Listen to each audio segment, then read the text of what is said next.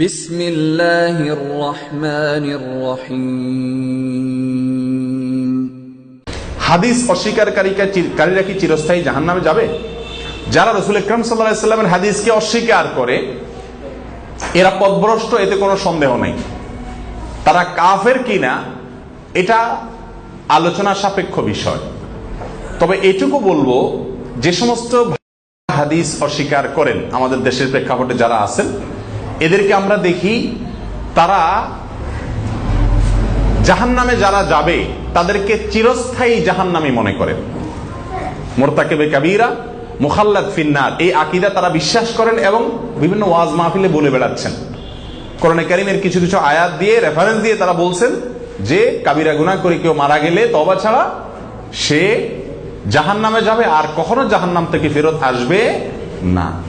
তো হাদিস অস্বীকার যারা করেন তারা তো ইসলামী শরিয়া অনুযায়ী চলার কোনো, পরিপূর্ণভাবে চলার কোনো সুযোগ নেই। পরিপূর্ণ তো পরের কথা, 2 রাকাত নামাজই তো শুধু কোরআন থেকে প্রমাণ করার কোনো সুযোগ, শুধু 2 রাকাত সালাত তো পরের কথা, সালাতের আগেরটা আজান কোরআনে আছে। ওযুর বিস্তারিত বিবরণ কোরআনে আছে ইনিশিয়ালি, কিন্তু বিস্তারিত বিবরণ নাই। তাহলে হাদিস যদি কেউ অস্বীকার করেন তাহলে ইসলামী শরিয়া অনুযায়ী পরিপূর্ণভাবে তার চলার কোনো রাস্তা খোলা নাই, অসম্ভব। যাকাত সম্পর্কে, যাকাত দেওয়ার নির্দেশ কোরআনে বলা আছে, কিন্তু তার হার কি কোরআনে বলা আছে? কোথাও নেই।